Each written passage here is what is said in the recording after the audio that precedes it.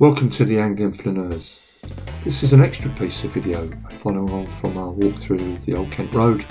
We're finishing up in Borough Market. We'll be walking back over London Bridge towards Liverpool Street. It's been a long hot day, so we're going to take in some refreshment at the famous George Inn just off Borough High Street.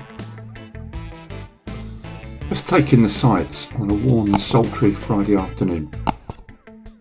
I always thought there was a real magic to having these drinks on these warm afternoons in London. And we'll visit a few other places. We'll go past my favourite, The Rake, and we'll also see the Market Porter. So you can get a really good feel of the atmosphere here. The George has been here since medieval times and is presently owned and leased by the National Trust.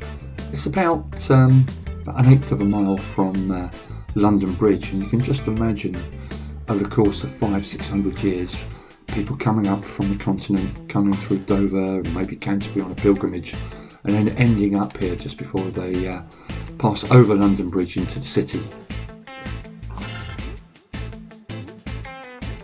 The George was rebuilt in 1677 after a fire had destroyed most of Southwark. The George was one of the many famous coaching inns in the days of Charles Dickens. I believe that Dickens visited the George and referred to it in both Little Dorrit and Our Mutual Friend. I believe it's the only surviving galleried coaching inn in London and was used in filming of Shakespeare and Marlowe back in the late 90s. We're now in the magnificent Borough Market and very soon we'll be walking past the Market Porter. Borough Market is a wholesale and retail market and it dates back to at least the 12th century. The present buildings were built during the Victorian times. There's mention in 1014 as Southwark being a great market town. The market originally was joined to London Bridge, but around the end of the 13th century was moved 100 yards so south of the Thames. The market was really fashionable in the mid-19th century Victorian times, and its close proximity to the Port of London really helped. But when the Port of London declined in the 60s, the market went into decline. But then in the latter parts of the 20th century and the early parts of the 21st century, the market became, I hate this word, but a trendy market. I think people like Jamie Oliver frequented it, and there were various food fairs, and the whole place gained in popularity. The nearby wharves and warehouses became converted and were taken over, if you like, by the gentrified classes, and these people were able to spend their money in the nearby market as well, increasing its popularity. Now I know people hold different views about the market. Some people think that it's lost its origins, its history, its atmosphere. Other people see a very vibrant food market and really like that. So there's contrasting opinions about the success of the market. We saw a number of people drinking outside the Market Porter, and it's something I've done myself on a Friday evening. There's various websites that are celebrating this whole atmosphere around the Market Porter, and people celebrating with the end of a working week and just enjoying a beer on a summer's afternoon. The market itself has many iconic venues and sites, and predictably is used by filmmakers. You might remember Lock, Stock and Two Smoking Barrels being filmed here, and Bridget Jones' Diaries. Nowadays there is both a retail and wholesale market operating here. So you may want to sum up this experience of going around Borough Market. Ask yourself two questions. Has the market lost its soul, or is the market moving with the times? I tend to think the latter is the truth. Please let me know in the comments what you think.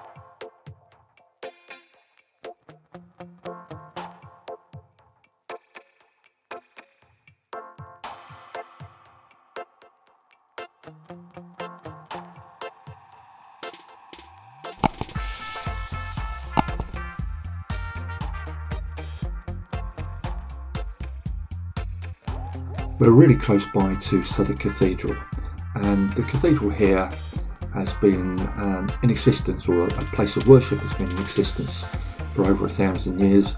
It was created as a cathedral in 1905, but between 1106 and 1538 it was the church of the Augustine Priory, Southwark Priory, before the dissolution of the monasteries. There have been claims that there was a nunnery here from the 6th century, and that a monastery was established by St Swithin in the 9th century, but there seems to be some debate about that matter.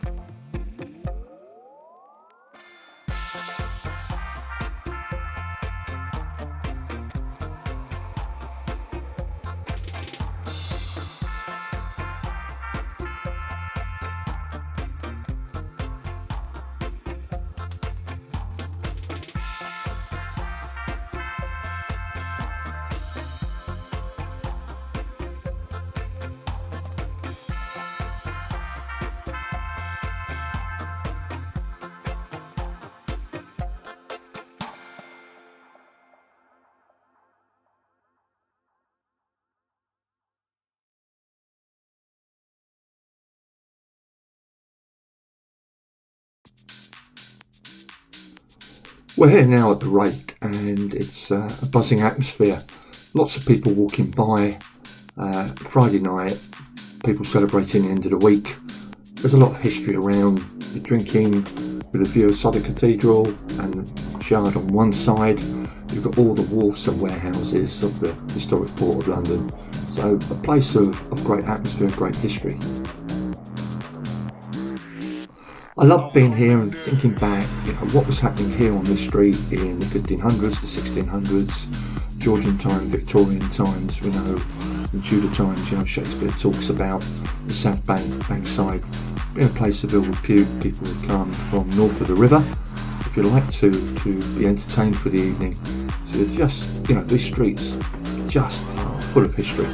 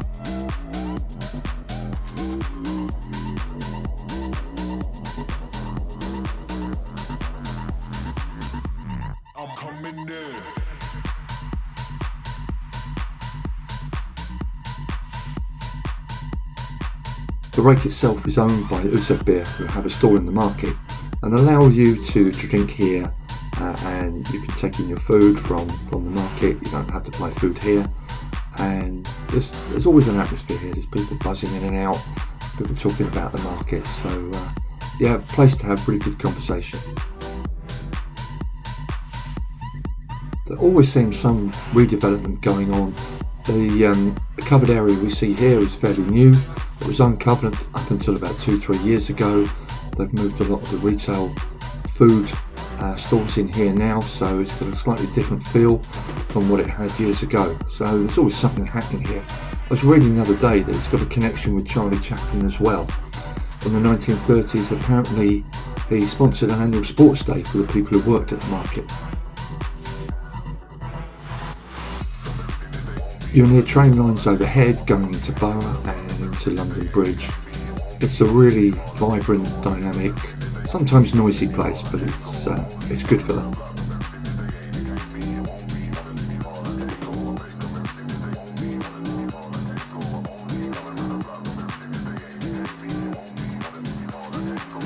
But a word of caution, a lot of my colleagues, a lot of my friends have visited this place with me and don't like it, so I guess it's, you could call it a Marmite place. Let me know what you think if you've been here before.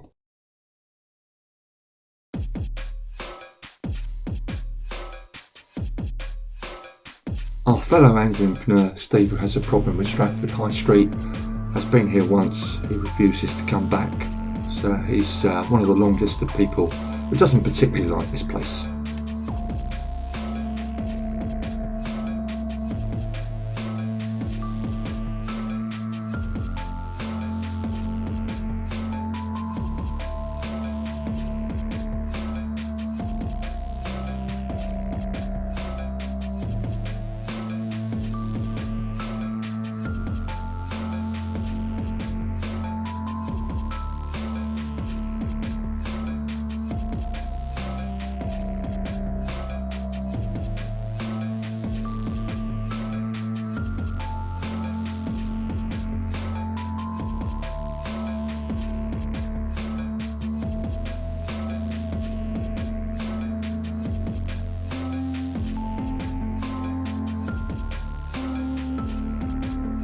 We're going back to Liverpool Street now. We've had a few drinks at the Rake.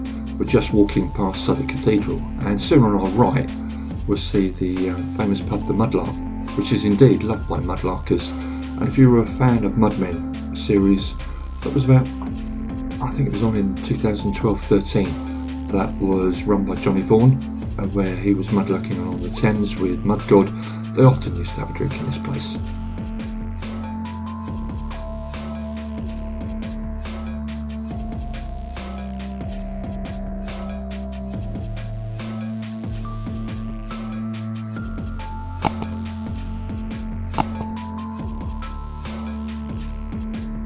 We're walking up these steps on our left soon to get us onto London Bridge, so we'll be close to the Barrow Buoy and Banker, and I've certainly done these steps a few times in my life.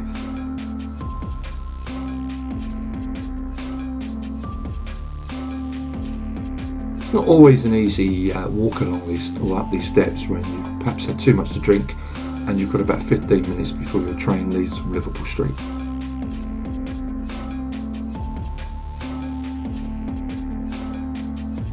We're very soon going to be on to London Bridge, but I won't go too much on that history today. That's going to be left for another day, another walk.